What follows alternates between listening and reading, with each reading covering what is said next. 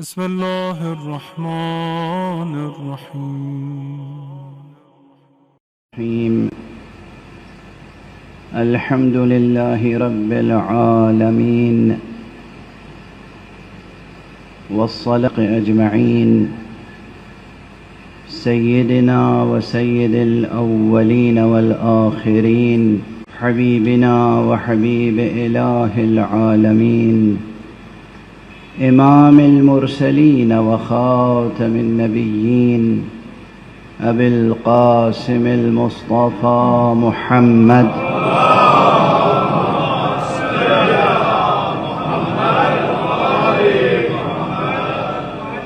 وعلى أهل بيته الطيبين الطاهرين الهداة المهديين المعصومين المظلومين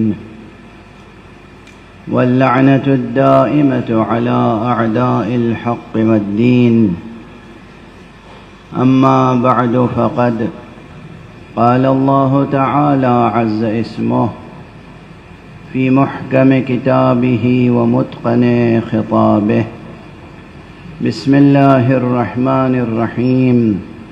لو أنزلنا هذا القرآن على جبل لرأيته خاشعا متصدعا من خشية الله. وتلك الأمثال نضربها للناس لعلهم يتفكرون. صدق الله العلي العظيم.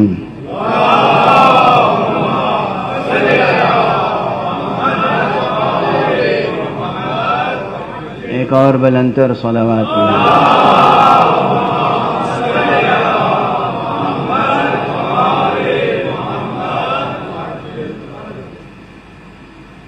قرآن حکیم کے سورہ مبارکہ حشر کی 21ویں آیت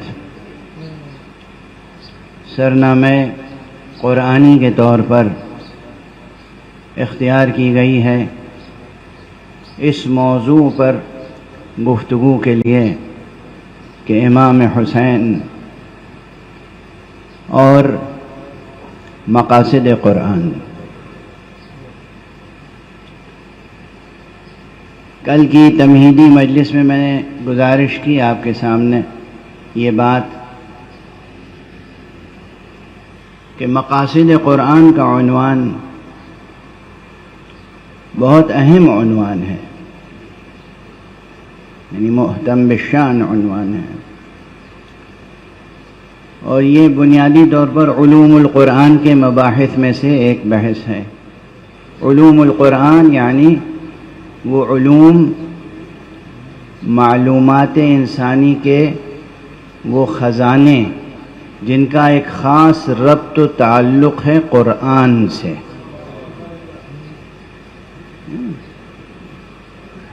ویسے تو علوم القرآن کے تعلق سے بھی کام بہت ہوا ہے، مگر جتنا کام ہوا ہے اس سے کہیں زیادہ ابھی تشنگی باقی ہے.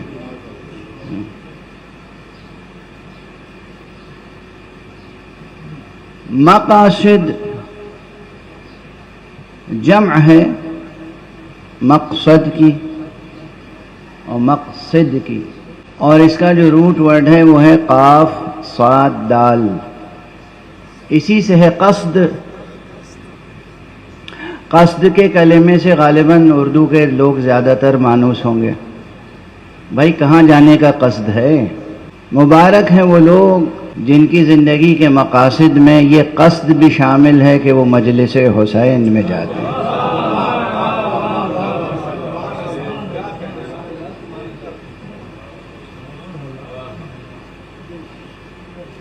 نہایت ہی مبارک و مسعود ہیں وہ افراد بشر، وہ انسان جو اٹھتے بیٹھتے یہ قصد رکھتے ہیں کہ وہی کریں جس میں رضائے مولا ہو. یہ قصد، قاصد، مقصد، مقصد، مقصود.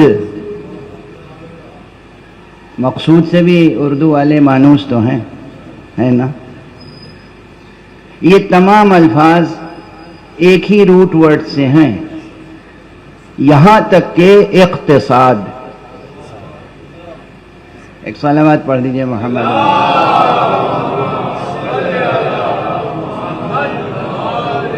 مولانا آپ یہاں تشریف لائیں.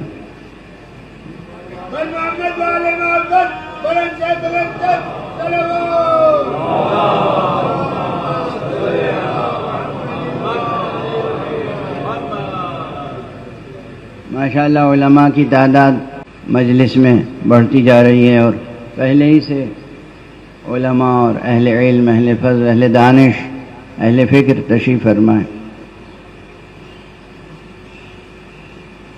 تو میں عرض یہ کر رہا تھا کہ اقتصاد تک دیکھیے نا، اب یہ موقع نہیں ہے کہ علم صرف و اشتقاق کے تمام تقاضے پورے کیے جائیں اور بتائے جائیں، لیکن قصد قاف صاد دال یہ جو روٹ ورڈ ہے بہت اہم ہے، اور اس سے جتنے الفاظ نکلے ہیں سب بہت اہم ہیں، اور جتنے الفاظ اس ایک روٹ ورڈ سے، اس مصدر سے قرآن مجید میں آئے ہیں وہ تلاش کیجئے گا. یہ طالب علموں کے لیے ہوم ورک ہے نا. دیکھیے میں ممبر پر صرف آپ کی واہ واہ سبحان اللہ اور شہرت اور داد اور دہش کے لیے نہیں آتا ہوں. میری ہمیشہ سے کوشش یہ رہی، اور اب اس میں اضافہ ہوتا جا رہا ہے، کہ سامعین زیادہ سے زیادہ مباحث سے خود جوڑے رہیں، اور 1 گھنٹے میں مجلس ختم نہ ہو جائے. ہماری تقریر ختم ہو لیکن مجلس جاری رہے.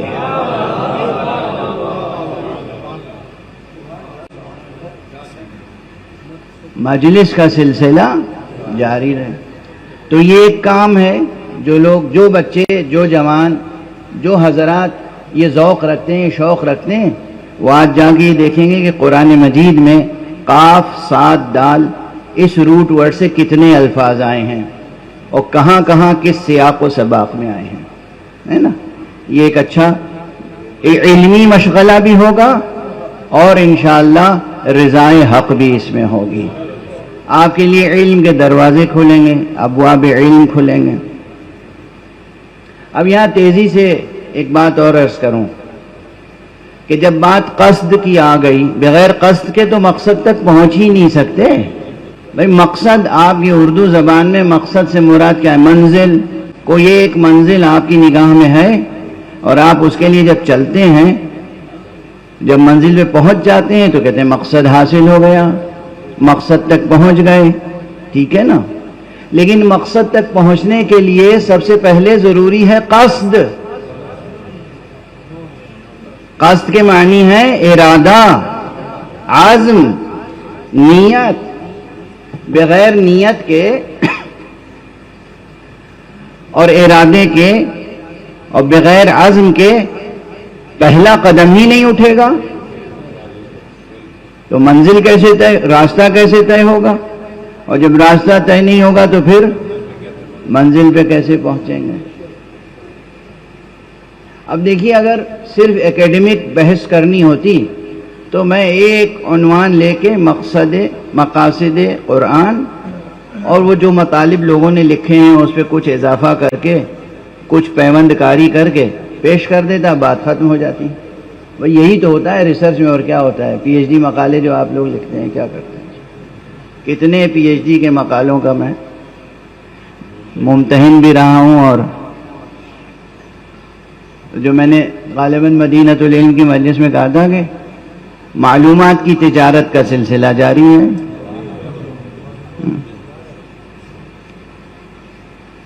لیکن یہاں میرا مقصد یہ ہوتا ہے کہ علمی تقاضے بھی پورے ہوتے رہیں، اور صرف کلاسیکل انداز سے ایک تحقیقی مقالہ نہ پیش کروں، بلکہ اس میں زندگی سے جڑی ہوئی باتیں ہوں، ہماری اور آپ کی زندگی سے جڑی ہوئی باتیں ہوں. اس لیے میں عرض کر رہا ہوں کہ یہ جو موضوع ہے نا، مقاصد قرآن، حسین اور مقاصد قرآن، یہ ایک خالص علمی موضوع بھی ہے اور عوامی موضوع بھی ہے.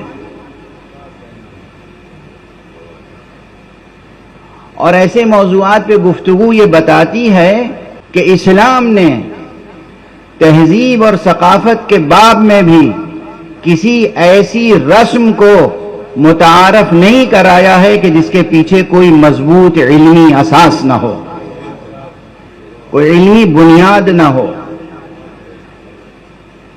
ایسی کوئی رسم نہیں ہے.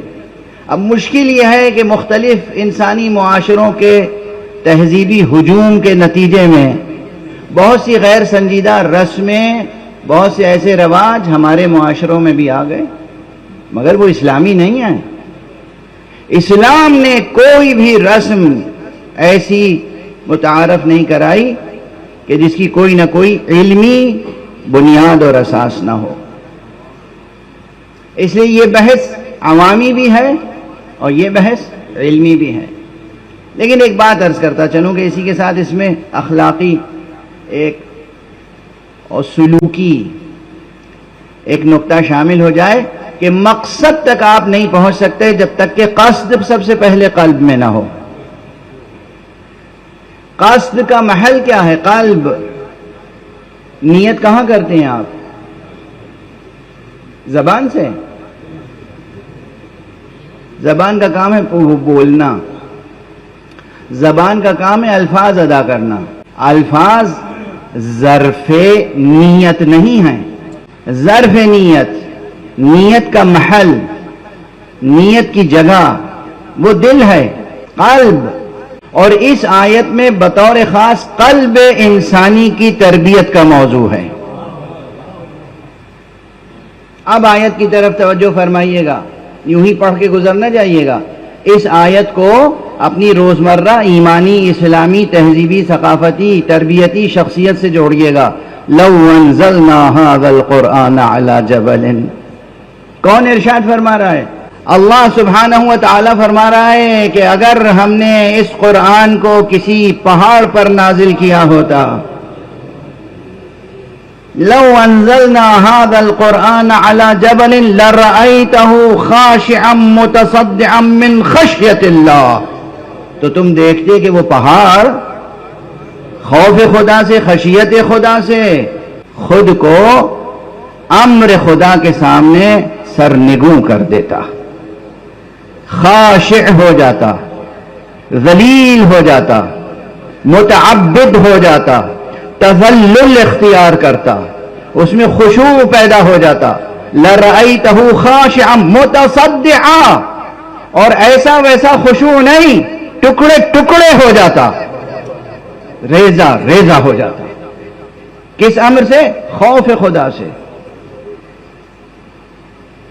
یہ پہاڑ کی مثال کیوں لائی گئی؟ آگے آیت بھی کہہ رہی ہے وَتِلْكَ الْأَمْثَالُ نَضْرِبُهَا لِلنَّاسِ لَعَلَّهُمْ يَتَفَكَّرُونَ.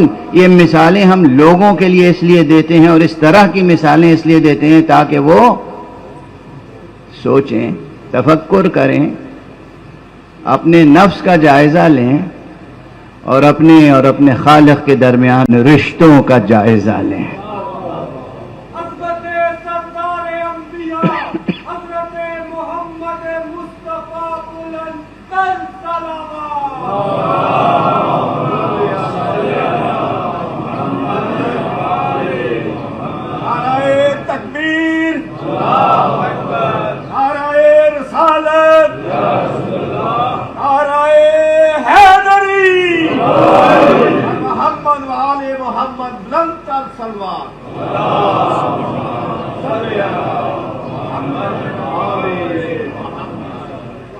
علماء تشریف فرمائیں حوزوی بحثیں چھیڑنے کا محل اور موقع نہیں ہے کہ یہ جملہ جو ہے لو سے شروع ہو رہا ہے تو شرطیہ جملہ ہے.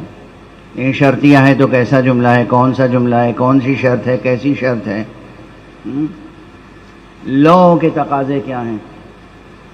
اب یہ لام واو لو عربی میں اس مقام پر جو آیا ہے وہ اس لیے آیا ہے کہ آپ کی قلب مبارک کی جو امید کی شمع ہے اس کی لو بھڑکا دے.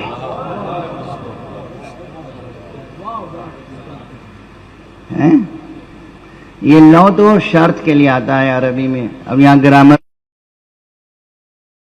نہیں ہے مجھے. یہ لو تو شرط کے لیے آتا ہے عربی میں. اب یہاں گرامر تو عرض کرنی نہیں ہے مجھے. لو انزلنا، اگر ہم قرآن کو نازل کرتے، کہاں؟ علی جبل. ایک ارشاد کیوں فرمایا گیا؟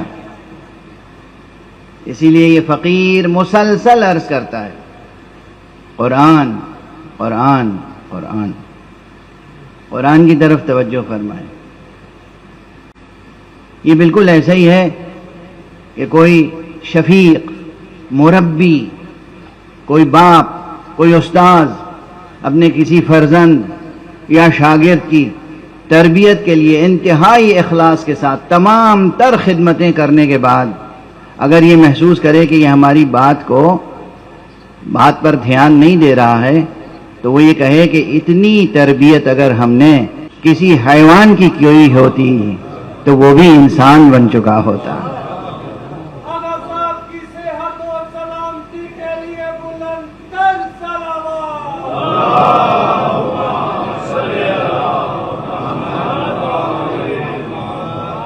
دیکھو ہم نے جتنی دل سوزی سے، جتنے اخلاص سے، جتنی محبت سے، جتنی توجہ سے تمہیں اچھی باتیں بتائیں، اچھی باتیں سکھائیں.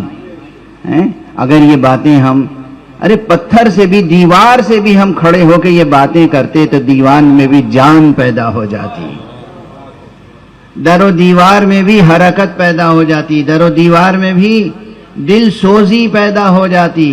اور یہ تمہارا دل کیسا دل ہے کہ نرم نہیں پڑتا؟ اور ہمارے یہاں تو اس آیت کا اصل میں جو مقصد ہے وہ ہے قلب انسانی کو متوجہ کرنا، انسان کے دل کو امر حق قبول کرنے کے لائق بنانا، توجہ دلانا. ارے یہ قرآن ہے، اللہ کا خطاب ہے اور تم سے خطاب ہے. اب یہ کیا عرض کروں، ایک کے بعد ایک سنگین، نہایت سنگین علمی حوالے آ رہے ہیں ذہن میں، تو عرض کر کے آگے بڑھوں. اب اس فرقے کا کیا کریں گے، اس گروہ کا جو کہتا ہے کہ ہمارے لیے ظواہر قرآن حجت نہیں ہے. اور ہمارے یہاں یہ جو کہتے ہیں کہ قرآن مجید کی آیتوں سے براہ راست ہم کچھ استفادہ نہیں کر سکتے. اگر ہم قرآن مجید کی آیتوں سے براہ راست استفادہ نہیں کر سکتے مطلقاً، تو پروردگار عالم نے قرآن مجید ہمارے لیے نازل ہی کیوں فرمایا؟ بعض ایسے چینلز ہیں دن رات اس پہ یہ گفتگو ہوتی رہتی ہے براہ راست، یعنی دو متضاد رویے ہیں. ایک یہ کہ ہم قرآن کے علاوہ کچھ نہیں سنیں گے، دوسرے کہتے ہیں ہم حدیث کے علاوہ کچھ نہیں سنیں گے. اور ہمارے اگر یہ طے ہو جائے کہ قرآن مجید کی آیتوں میں، اس کی عبارتوں میں جو باتیں کہی گئی ہیں براہ راست ہم اس سے استفادہ کر ہی نہیں سکتے، تو پھر اللہ نے خطاب کیوں فرمایا؟ یعنی خطاب تو نبی سے ہے، خطاب نبی سے ہے، سارے قرآن میں خطاب نبی سے ہے. کہیں یا ایھا الناس آیا ہے کہ نہیں؟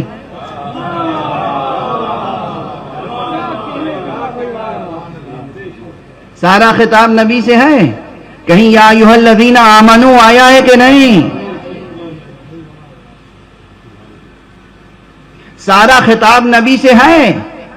کہیں قرآن مجید میں قل یا ایھا الکافرون آیا ہے کہ نہیں؟ اللہ کا خطاب کافروں سے ہے اسی قرآن میں، اللہ کا خطاب مومنوں سے ہے اسی قرآن میں، اللہ کا خطاب عامت الناس سے ہے اسی قرآن مجید میں. اور اہل قرآن ایمان لانے کے باوجود یہ کہہ رہے ہیں کہ قرآن مجید کی آیتوں سے براہ راست استفادے کا ہمیں کوئی حق نہیں ہے. قرآن مجید ٹیکنیکل اصطلاحوں میں الجھتے ہیں، الجھاتے ہیں. بہت ٹیکنیکل بحث چھیڑ گئی، میں کیا عرض کروں. آپ ایک بلند صلوات بیٹھیں.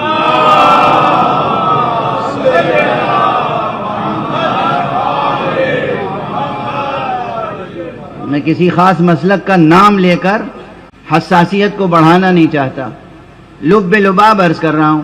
ایک گروہ ہمارے ہاں ہے، ہمارے یہاں، اور وہ گروہ یہ ہے کہ جناب قرآن مجید کی آیت آپ کہیں پیش نہ کریں، قرآن مجید سے ہم کچھ نہیں سمجھ سکتے. اس حد تک مناظرہ ہوا دو بڑے عالموں میں، انہوں نے کہا قرآن مجید میں جو آیتیں ہیں اس کے ظواہر یعنی جو عبارت سے مضمون ظاہر ہوتا ہے یہ حجت نہیں ہے ہمارے لیے. انہوں نے کہا بالکل نہیں. کہا قل هو اللہ احد جیسی آیتوں کا بھی نہیں ہے. کہا نہیں بالکل نہیں ہے. ہم کیا کہ سمجھ سکیں کہ واحد و احد میں فرق کیا ہے. دیکھیے کیا شاعری ہوئی. ٹھیک ہے دیکھیے میں عرض کر رہا ہوں فہم کی سطحیں ہیں, فہم کے تقاضے ہیں. قرآن مجید اسی طرح قیام قیامت تک تمام انسانوں کے لیے نور کا سرچشمہ ہے, موج در موج. جیسے آفتاب کی روشنی پوری کائنات کو روشن کرتی ہے, موج در موج. جس شے کو سورج کی کرنوں میں سے جن کرنوں کی ضرورت ہوتی ہے وہ شے ان کرنوں کو جذب کر لیتی ہے.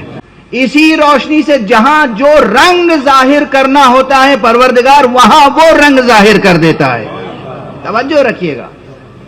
سورج ایک, سرچشمہ ایک, روشنی آ رہی ہے, سبزے پہ پڑی تو سبز نظر آ رہا ہے, گل پہ پڑی تو سرخ نظر آ رہا ہے.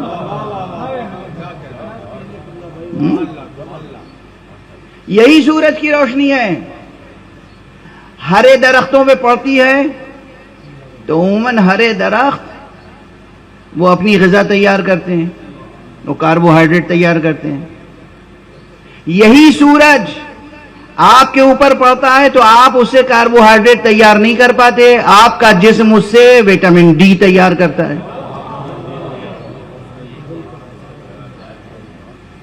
وہی سورج کی روشنی ہے, دوسری نہیں ہے. توجہ ہے, یہی سورج کی روشنی. سبزے پہ پڑی اس نے کاربوہائیڈریٹ تیار کر لیا, آپ کے اوپر پڑی آپ نے وٹامن ڈی تیار کر لیا. قرآن مجید اس سے کہیں زیادہ عظیم نور ہے, اس سورج سے کہیں زیادہ عظمت ہے اس کے نور کی. جس شے کو کائنات کی جس شے کو قرآن مجید کے ذریعے سے پروردگار کو جو ہدایت دینی ہوتی ہے, جو افاضہ کرنا ہوتا ہے, وہ اس شے تک پہنچ جاتا ہے.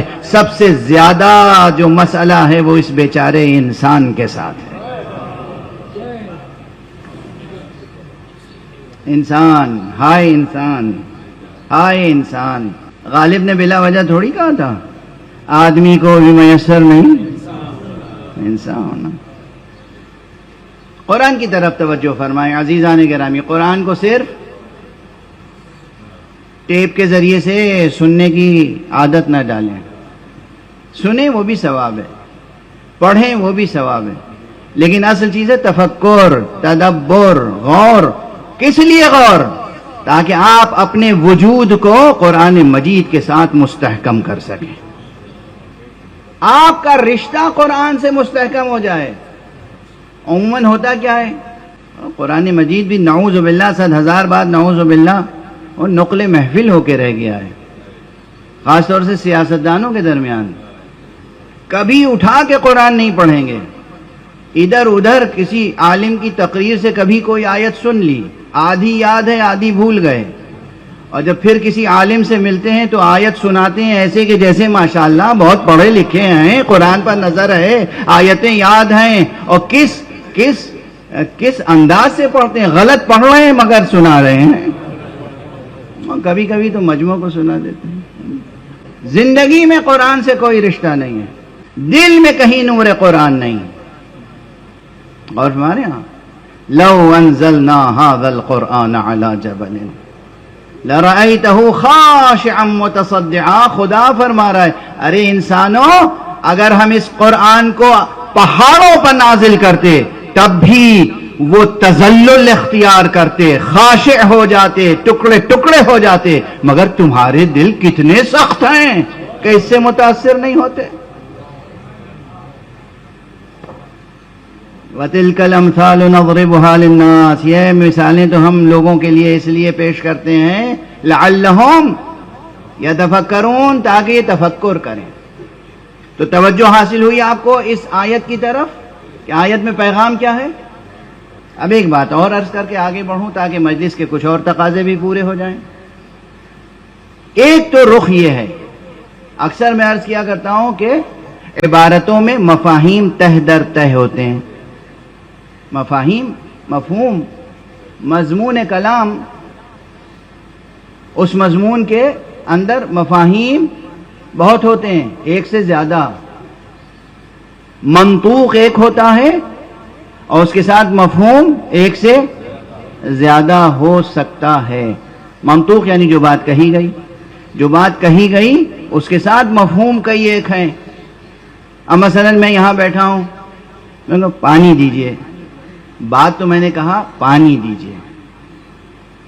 اب سننے والے یہ بھی سمجھ سکتے ہیں کہ مولانا پیاسے ہیں اس لیے پانی طلب کر رہے ہیں.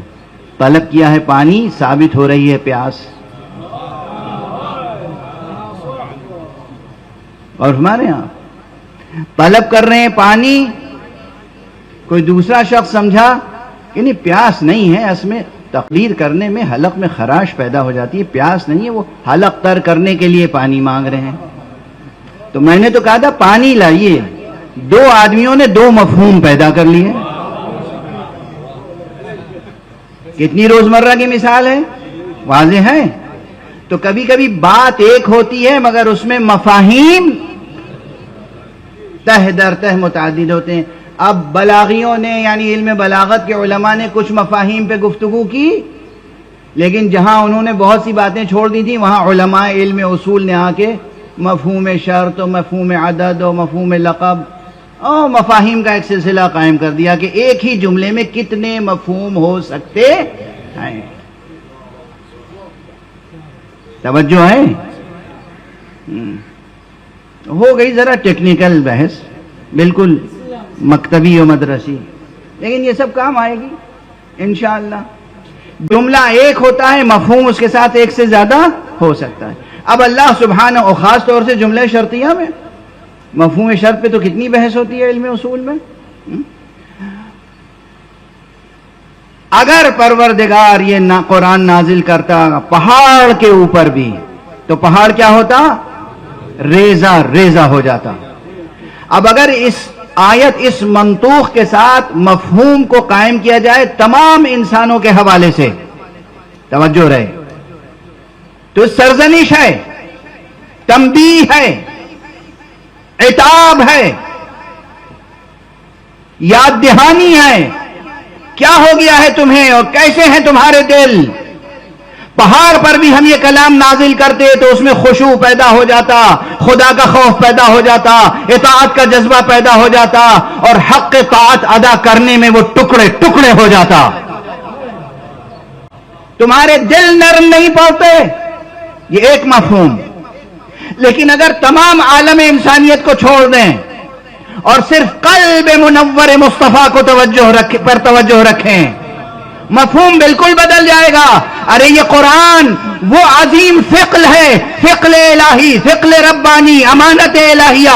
اگر کسی پہاڑ پہ بھی نازل کرتے تو وہ پہاڑ ریزہ ریزہ ہو جاتا. مگر دیکھو قلب مصطفیٰ کتنا شجاع ہے، کتنا عظیم ہے، کتنا پرقوت اور پرعزم ہے کہ مصطفیٰ کی شخصیت ریزہ ریزہ نہیں ہوئی، بلند ہوئی اتنی کہ معراج تک پہنچ گئی.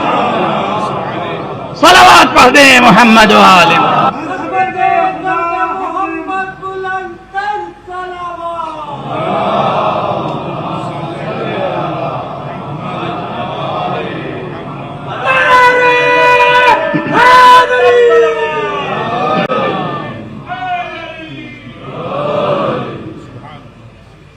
التفات قائم ہے. ایک سب مل کر بلندر صلوات پڑھیں.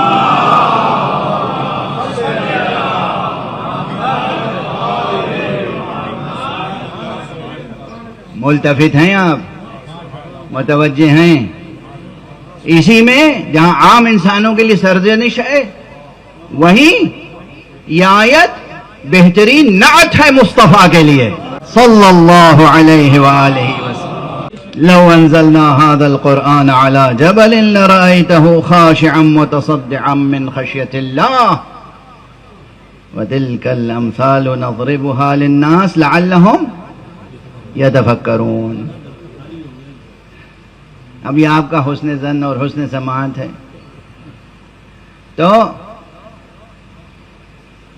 آخری فقرے پر اب توجہ دلاؤں، لعلہم یتفکرون۔ دیکھیے قرآن مجید نے جتنا فکر کرنے پہ زور دیا ہے اتنا ہی یہ دنیا کے مفکرین قرآن سے دور ہو جاتے ہیں۔ عجب تعصب ہے۔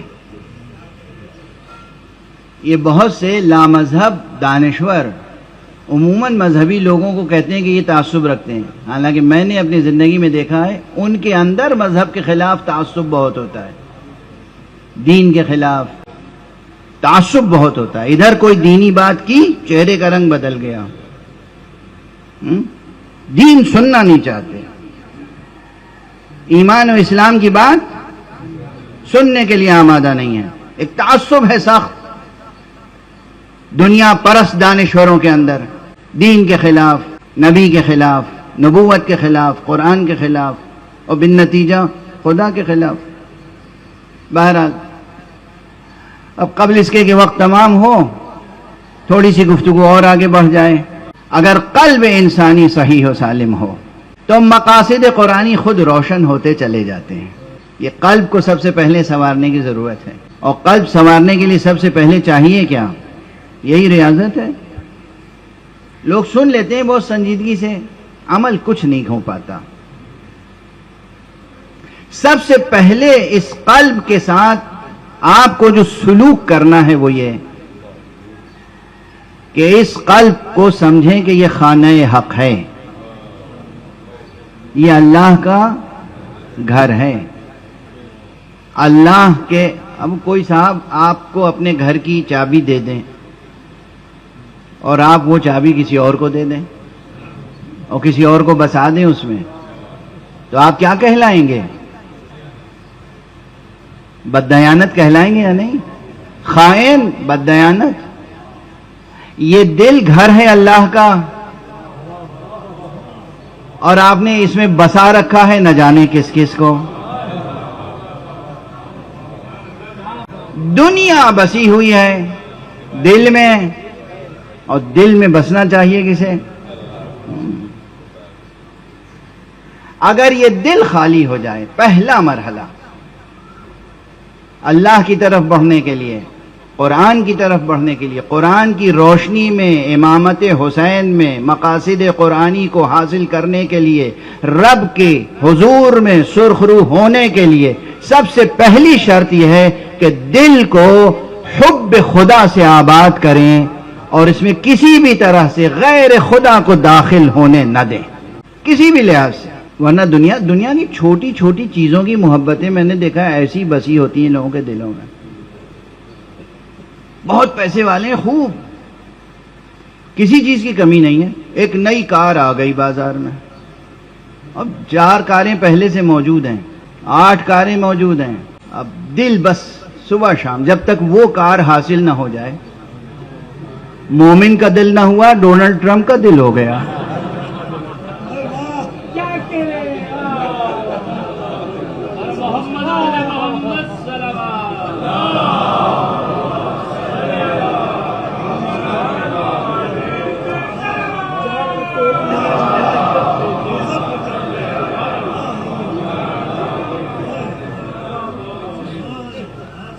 بھئی اللہ نے آپ کو روپیہ دیا، پیسہ دیا، کمائیے، خوب کمائیے، دنیا تسخیر کیجئے، جو آپ کی ضرورت کی چیزیں بہترین طریقے سے اسے پورا کیجئے، اپنی ضرورتوں کو بہترین طریقے سے پورا کیجئے، جو آپ کے لائق ہے، آپ کے سٹیٹس کے مطابق ویسے کیجئے، کوئی ناگواری اسلام کو نہیں ہے۔ اسراف نہ کیجئے، تظاہر نہ کیجئے، دکھاوا نہ کیجئے۔ اس میں یہ ہے کہ اب آپ کی ضرورت سے بڑھ کر جو کچھ اللہ نے دیا ہے اس کو آپ اپنی ملکیت نہ سمجھیں، اللہ کی دی ہوئی امانت سمجھیں، اور اس کو ان لوگوں تک پہنچائیں جو محروم ہیں، غریب ہیں، مفلس ہیں، نادار ہیں، بیمار ہیں، مریض ہیں، جنہیں امداد کی ضرورت ہے۔ اپنے عیش و تعیش کے لیے، اپنی لذت پرستی کے لیے کوئی غور نہیں کرتا، خزانے سے نکالا لٹا دیا۔ کوئی سائل در پہ آ جاتا ہے تو بہت غور کرنا پڑتا ہے، سچا ہے کہ جھوٹا ہے، تصدیق لایا ہے کہ نہیں لایا ہے، کسی عالم نے ریکمینڈ کیا ہے یا نہیں کیا ہے۔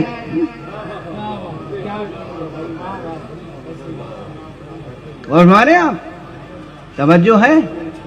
تھوڑی سی سخت ہو گئی بات، بس تھوڑی سی سخت ہوئی ہے، پہاڑ جیسی سخت نہیں ہے. صلوات پڑھ دیجئے محمد.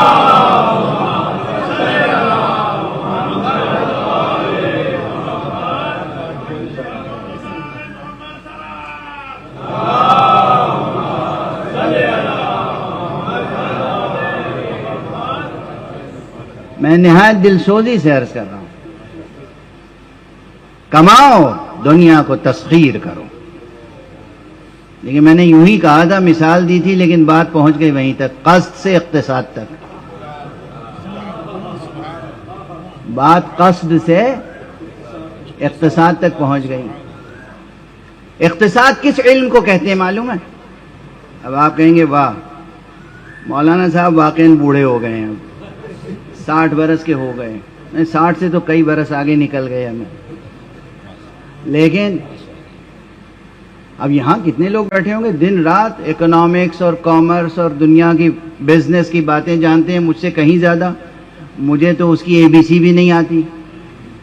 مگر ایک بات کی طرف توجہ دلاؤں گا، اس پر اب اکنامکس کے اسٹوڈنٹس جا کے PhD کریں، اور PhD ہی نہیں، پوسٹ ڈاکٹریٹ ریسرچ بھی کریں، کرتے رہیں. اس لیے کہ بہت پہلے ایک جملہ میں نے عرض کیا تھا، ملتیں اور ملک، قومیں اور وطن کھوکھلے مقرروں سے نہیں بنتے، ماہرین اقتصادیات ہیں جو ملکوں کو بناتے ہیں اور قوموں کو بلند کرتے ہیں. اچھے اکنامسٹ چاہیے کنٹریز کو، اور ہمارے یہاں خالی مقررین نہیں. اب اگر آپ کو دیکھنا ہو کہ اقتصاد اسلامی کسے کہتے ہیں،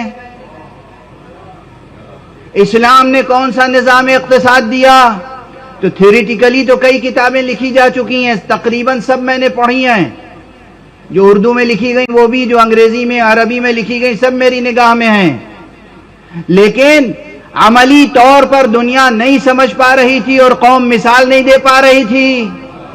اسلامی اقتصاد کیا ہوتا ہے، اس میں کتنی برکتیں ہیں، اس میں کتنا استحکام ہے، اس میں کتنی رضاکاری ہے، اس میں کس قدر ظرف اندیشی، شرف اندیشی اور ظرافت کاری ہے. اس کا اندازہ دنیا والوں کو نہیں تھا، مگر اب ہو گیا. ایک طرف دیکھ رہے ہیں کہ وہ ممالک ہیں جن کا قبضہ تمام سرمایوں پر ہے،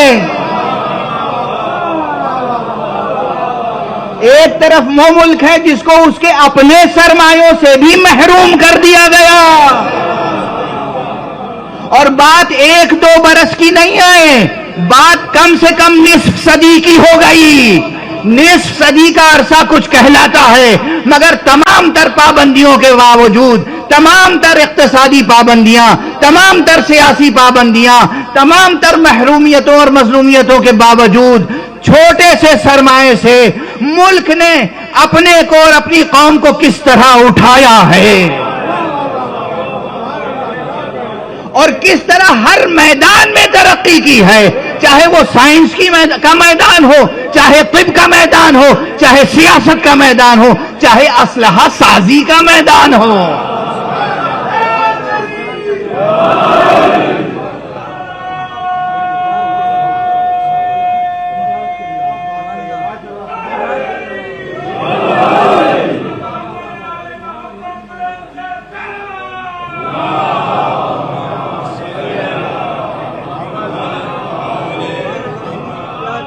اقتصاد اور عوام دوست اقتصاد، اس کا بھی امتحان ہو گیا. بہت سے ممالک جو سرمایہ دار پہلے سے ہیں، ادھر جنگ چھڑی، ادھر انہوں نے اپنے عوام کے ہاں قیمتیں بڑھا دی ہر چیز کی. وہ جو محروم ملک تھا، ادھر جنگ چھڑی، عوام کے لیے قیمتیں کم کر دی گئی. اسے کہتے ہیں اقتصاد اسلامی. صلوات پڑھنے محمد والے.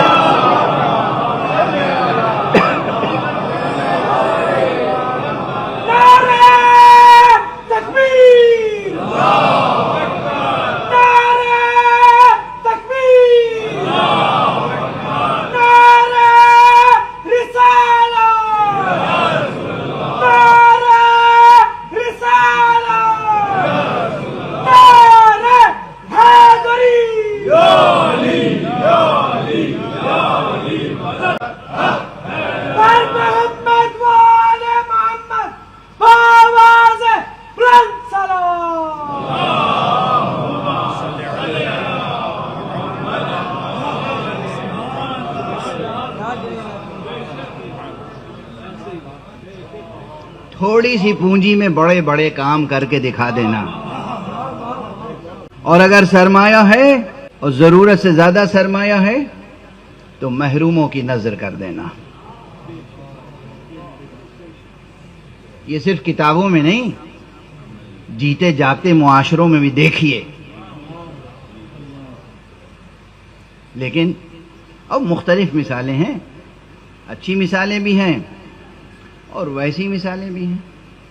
ایسے بھی ممالک ہیں جہاں کوئی کسی قصد سے جائے، مذہبی قصد، میں جان بوجھ کے اصطلاح نہیں لے رہا ہوں،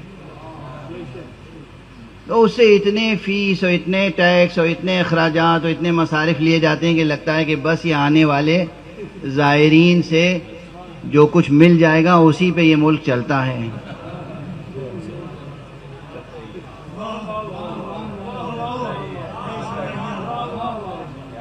اور دوسری طرف وہ بھی ملک ہے جو آنے والے زائرین سے کچھ نہیں لیتا،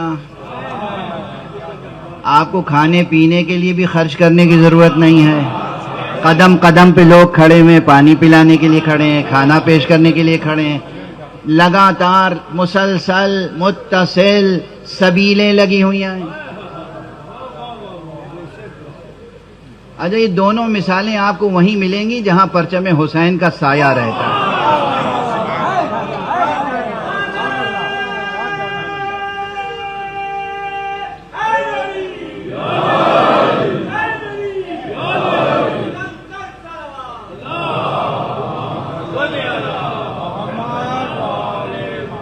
وہ پہلی مثال بھی تھوڑے سے سرمایے سے بڑے بڑے کام کر دکھانا، سختیوں میں عظیم امور انجام دینا۔ کون ملک کر رہا ہے؟ میں نام نہیں لوں گا، مگر اس ملک کی ایک پہچان ہے، جہاں جاؤ علم حسین نظر آتا ہے۔ آنے والے زائرین سے ایک سے بڑھ کر ایک چاہتا ہے کہ اس کی خدمت کریں ہم۔ بڑے بڑے سرمایہ دار، باعزت، صاحب منصب، صاحب مراتب، اور وہ خادموں کی طرح لباس پہنے ہوئے کھڑے ہیں، زائرین حسین کے پاؤں دھو رہے ہیں۔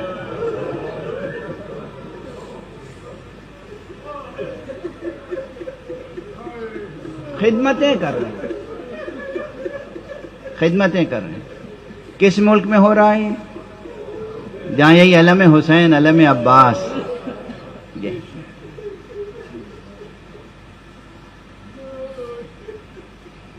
اب آپ کی سمجھ میں آئی بات کہ میں نے یہ عنوان کیوں قائم کیا ہے؟ حسین اور مقاصد قرآن۔ قرآنی مقاصد کو حاصل کرنے میں کون آگے ہے؟ وہ قومیں جن کے ہاتھوں میں پرچم حسینی ہے۔ دیکھ لے دنیا، یہ کوئی تعصب کی بات تھوڑی ہے۔ دنیا میں وہ قومیں جن کے ہاتھوں میں پرچم حسینی ہے، وہ مقاصد قرآن کو حاصل کرنے میں سب سے آگے نظر آئیں گی۔ اس لیے وقت کی ضرورت ہے کہ متوجہ کیا جائے، علمی سطح پر بھی، عملی سطح پر بھی، کہ حسین ہیں جو مقاصد قرآن کو حاصل کرنے میں قیادت کر سکتے ہیں۔ حسین، آج 2 محرم ہو گئی۔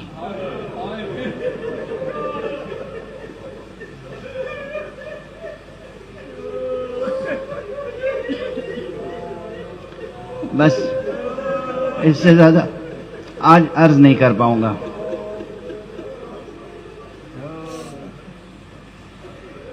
حسین مدینے سے چلے،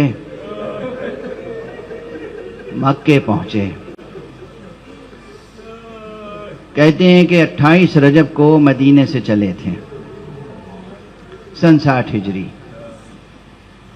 3 شعبان کو مکے پہنچے، سن 60 ہجری۔ یہ 3 شعبان آقا کی ولادت کی بھی تاریخ ہے، اور 3 شعبان آقا کے مکے پہنچنے کی بھی تاریخ ہے۔ 3 شعبان سے لے کر اور 8 ذی الحجہ تک آپ مکے میں رہیں۔ 8 ذی الحجہ کو حج کو عمرے سے بدل کے حج کا عاشق حسین، کعبے کا عاشق حسین، کس دل سے حسین نے مدینہ چھوڑا ہوگا؟ یہ بیان کرنے کی طاقت ہے، اور نہ یہ بیان کرنے کی طاقت ہے کہ کس دل سے حسین نے مکہ چھوڑا ہوگا۔ جس قدر مدینے سے مانوس تھے حسین، اسی قدر مکے سے بھی الفت تھی آقا کو۔ کعبہ، حرم، اور وہ چند قبریں جو جنت المعلی میں تھی۔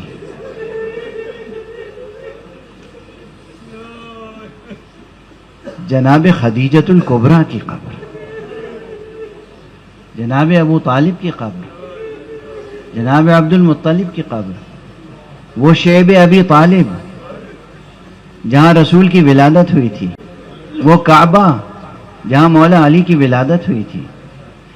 دینی لحاظ سے بھی، اور اگرچہ ان کی زندگی اور ذات تمام تر دین ہے، مگر عام لوگوں کے لیے کہ ذاتی لحاظ سے بھی مکے سے بھی کچھ کم عشق نہ تھا آقا حسین کو، مگر مکے سے نکلنا پڑا حج کو عمرے سے بدل کے۔ یہ جو ہمارے بزرگ کہتے آ رہے ہیں نا، اس میں بہت بڑی حقیقت چھپی ہوئی ہے۔ بحث کیجئے تو نہ جانے کتنی بحث کرنے کی ضرورت ہوگی۔ مکے سے نکلے اور منزل بمنزل کربلا کی طرف بڑھتے چلے۔ ایک منزل وہ آئی کربلا پہنچنے سے پہلے جہاں دیکھا کہ سامنے سے ایک لشکر اور آ رہا ہے، چھوٹا سا لشکر، لیکن آقا حسین کے ساتھی جتنے تھے ان کے مقابلے میں تو وہ لشکر بھی بڑا تھا۔ آقا حسین نے اس لشکر کا استقبال کیا۔ دشمن کا لشکر تھا۔ ہر منزل پر آقا اپنے ساتھیوں سے کہتے تھے خوب پانی بھر لو، مشکیزیں خالی نہ رہیں۔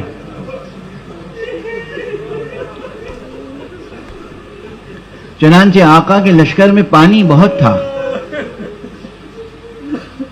مشکیزیں بہت تھے، بھرے ہوئے لبریز پانی سے۔ آنے والا جو لشکر تھا، لوگوں نے دیکھا کہ سب پیاسے ہیں،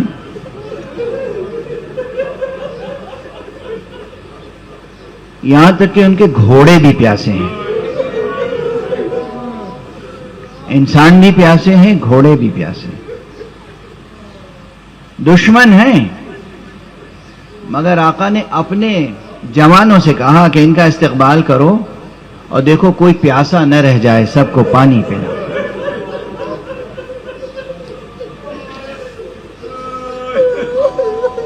دیکھیے میں کوئی سخن آرائی تو نہیں کر رہا ہوں نا، ہم پر الزام ہے نا سخن آرائی، بات کو بڑھا چڑھا کے مبالغے کے ساتھ بیان کرتے ہیں۔ میں تو ٹوٹی پھوٹی زبان سادہ سی استعمال کر رہا ہوں اور تاریخ کے واقعے کو جوں کہ توں نقل کر رہا ہوں۔ دیکھیے کیسا پھوٹ پھوٹ کے رو رہے ہیں آپ۔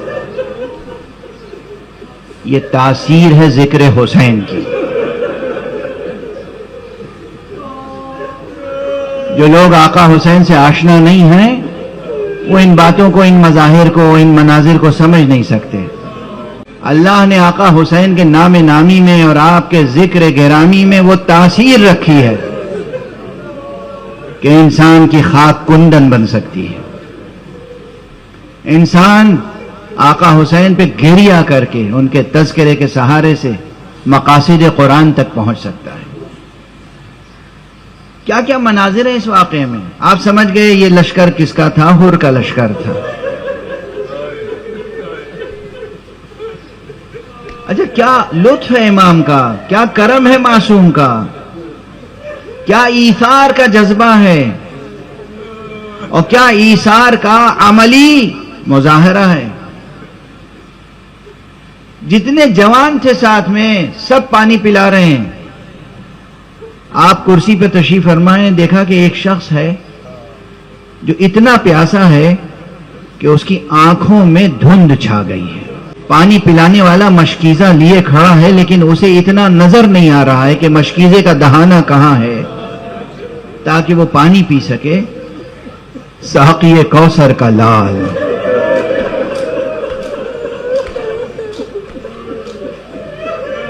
رافع محشر کا بیٹا کرسی سے اٹھے، امام آگے بڑھے، اپنے چلو سے اس کو پانی پلا۔ اجرکم علی اللہ،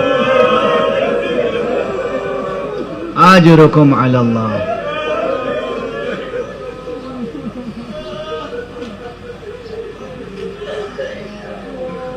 یہ امام جو اس ایثار کا مظاہرہ کر چکا تھا، بس 2-3 فقرے عرض کروں گا۔ یہ جب 2 محرم کو کربلا پہنچا اور چاہا کہ خیمے دریا کے کنارے لگائیں، وہی لشکر جسے پانی پلایا تھا سامنے آ کے کھڑا ہو گیا، نہیں ہم آپ کو دریا کے کنارے خیمے لگانے نہیں دیں گے، ہمارے حاکم کی اجازت نہیں ہے، دریا سے دور خیمے نصب کریں۔ میں ایک جملہ عرض کرنا چاہتا ہوں، عموماً لوگ کہتے ہیں کہ 7ویں محرم سے پانی پہ پابندی تھی، میں کہتا ہوں پانی پہ پابندی تو روز اول سے تھی دشمن کی طرف سے۔ یہ 2 محرم کو جو شرط لگائی جا رہی تھی کہ آپ دریا کے کنارے خیمے نصب نہ کریں، یہ بندش آپ کا آغاز نہ تھا تو کیا تھا؟ ہاں تاریخوں میں ہے کہ آقا کے ساتھ جو اصحاب تھے بڑے اولو العزم تھے، زہیر قین، اور پھر جو آپ کے ساتھ بنی ہاشم کے جوان تھے، ان کی شجاعت اور ان کے عزم کا کیا کوئی تذکرہ کر سکتا ہے؟ تاریخ میں ہے کہ زہیر قین کو جلال آیا، اور زہیر قین چاہتے تھے کہ اس لشکر سے جنگ کریں، صرف اس بات پر کہ آقا کے خیمے یہیں لگیں گے دریا کے کنارے۔ آقا نے جو یہ محسوس کیا، دیکھا کہ زہیر کو جلال آ رہا ہے اور زہیر بضد ہیں کہ خیمے یہیں لگیں گے۔ ایک مرتبہ خیال آیا کہ اگر زہیر کے ساتھ عباس بھی ہم رائے ہو گئے تو آج ہی قیامت برپا ہو جائے گی۔ بس ایک جملہ عرض کروں، ارباب مقاتل نے لکھی ہے، یہ بات موجود ہے کتابوں میں۔ آقا حسین نے جا کے بی بی زینب سے کہا،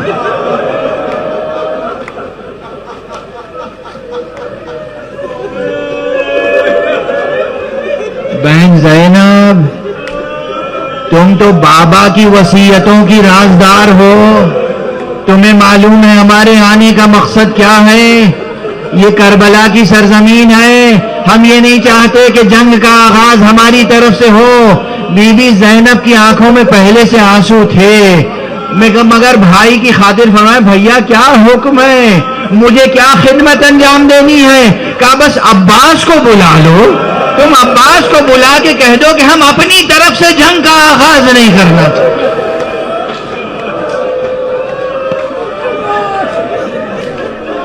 اجرکم علی اللہ، اجرکم علی اللہ۔ بس یہ 3 نام آ گئے، کس قدر تڑپ تڑپ کے رو رہے ہیں۔ ہاں عباس اور زینب، کیا دونوں میں ادب و احترام اور محبت و شفقت کا رشتہ تھا۔ آپ کے سامنے وہ منظر آ گیا ہوگا، ارے یہی عباس ہوں گے جب روز عاشورہ جدا ہو رہے ہوں گے اور جناب زینب سے رخصت کے لیے آئیں گے، زینب فرمائیں گی بھیا عباس جاؤ، مگر جاتے ہوئے مجھے اجازت دو کہ میں بابا کی ایک وصیت پہ عمل کروں، تمہارے شانے پہ بوسہ تو دے لوں۔ عباس زینب کے شانوں پہ بوسہ دیں گے، زینب عباس کے شانوں پہ بوسہ دیں گی، اور پھر کیا فرمائیں گی؟ عباس مجھ سے کہا گیا تھا کہ میرے بازوؤں میں رسن بندھے گی، مگر سوچتی تھی جس کا عباس جیسا بھائی موجود، اس کے شانوں میں کون ہے جو رسن باندھے؟ مگر جاؤ، جب تمہارے شانے نہ رہیں گے، اللہ کی راہ میں قلم ہو جائیں گے، تو پھر میرے شانوں میں بھی رسن بندھ کے رہے گی۔ انا للہ و انا الیہ راجعون۔